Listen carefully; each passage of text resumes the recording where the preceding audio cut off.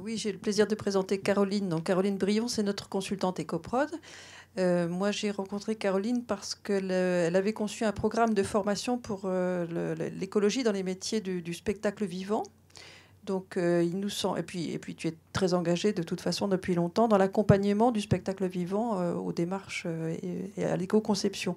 Donc, monsieur le soulignait, monsieur, il n'est plus là, mais il soulignait tout à l'heure l'analogie avec d'autres démarches, notamment dans l'événement ou le spectacle vivant. C'est vrai qu'en termes de gestion des décors, d'éclairage ou de catering, il y avait évidemment à jeter des passerelles et puis à faire en sorte que ce qui était déjà fait ou déjà engagé quelque part, bien, nous ne le réinventions pas, mais au contraire, nous nous l'approprions.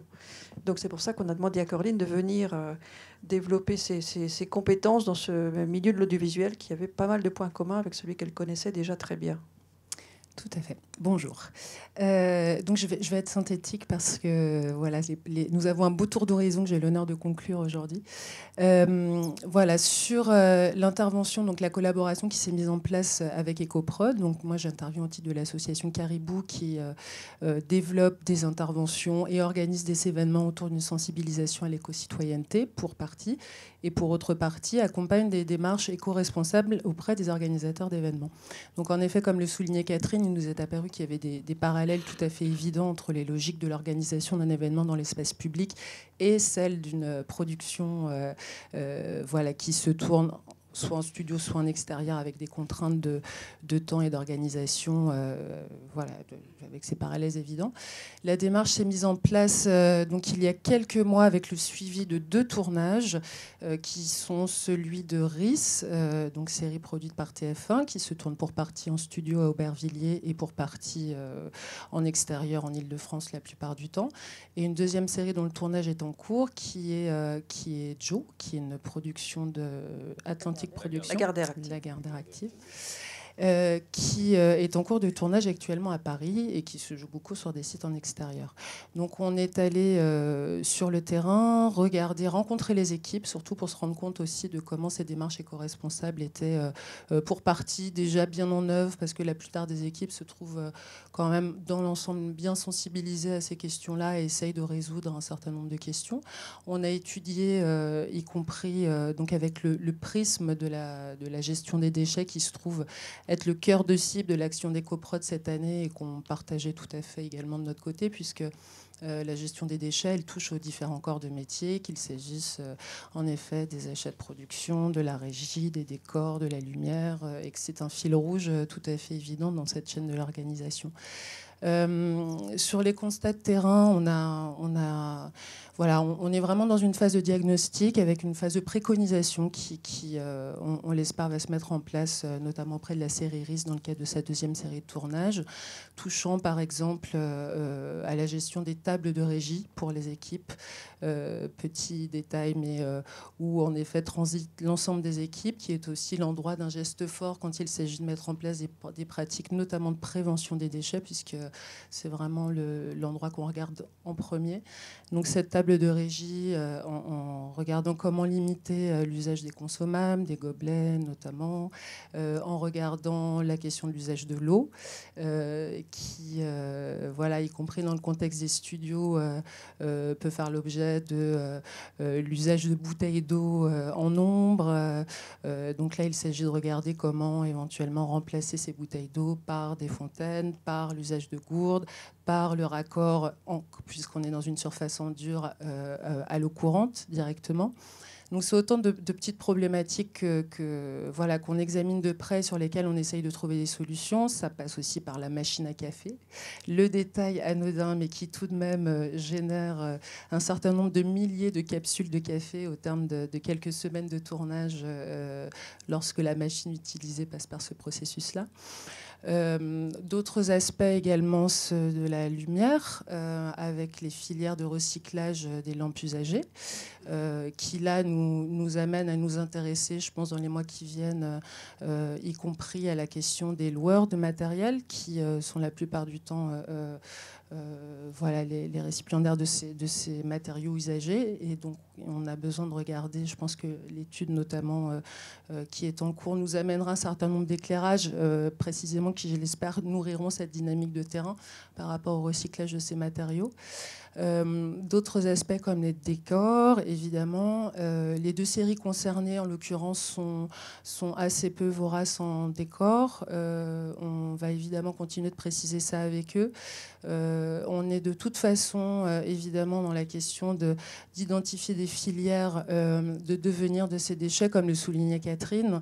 Voilà, quel prestataire choisir, comment s'y prendre, comment faire en sorte que les matériaux ne partent pas tous systématiquement à la benne, de pouvoir inclure de l'éco-conception dans la démarche, en effet, pour permettre la séparation des matériaux et leur traitement derrière. C'est autant de questions voilà, de terrain sur lesquelles les professionnels, de façon évidente, ont besoin d'être accompagnés, et accompagnés par des indications de prestataires, de contacts, de coûts, qui leur permettent de les mettre en place de la façon la plus évidente.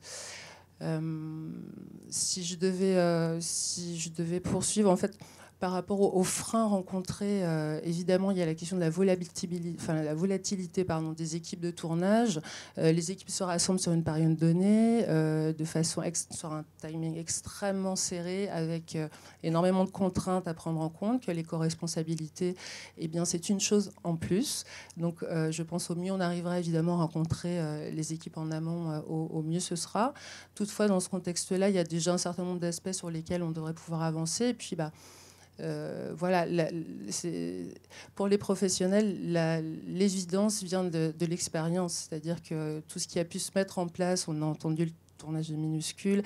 Il y a un certain nombre d'expériences, y compris que je ne vais pas vous lister dans les détails, mais où on développe énormément d'inventivité sur ces questions d'éco-responsabilité. Et c'est assez jouissif aussi d'identifier ces actions-là et de pouvoir les partager avec les autres professionnels des autres productions.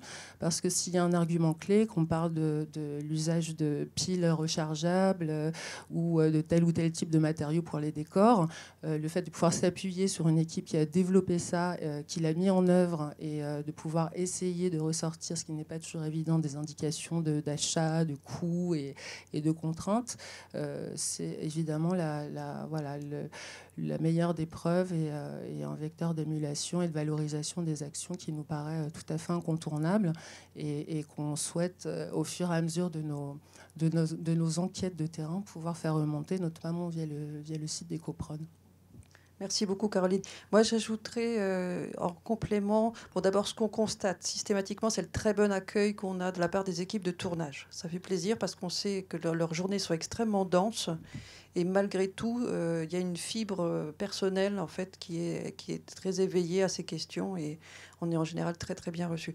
Deuxième remarque, c'est l'importance de cet acteur que sont les exploitants de studios. D'où l'intérêt, évidemment, pour nous, que le pôle média qui rassemble une bonne partie de ces exploitants soit avec nous, puisqu'on se rend compte que la partie fixe dans ces infrastructures, c'est les studios que nous, on loue très ponctuellement, mais qui, eux, au contraire, peuvent réfléchir dans le long terme à offrir des prestations plus vertes. Et troisième et dernière remarque, je m'en rends compte surtout sur le tournage pour Lagardère Active, la technologie nous aide tout de même à avancer vers des pratiques plus environnementales. Bon, je pense aux éclairages à LED, qui ont quand même nettement amélioré les choses de ce côté-là, au développement de logiciels comme Outlook Movie qui permettent de gérer les informations non plus sur papier, mais sur électronique complètement, y compris l'énorme documentation sur le casting, par exemple, que j'ai vu sur ce tournage-là.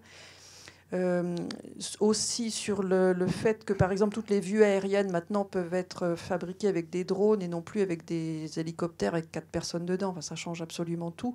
Le drone emmène la caméra avec uniquement la nécessité de savoir porter la caméra 50 mètres en hauteur.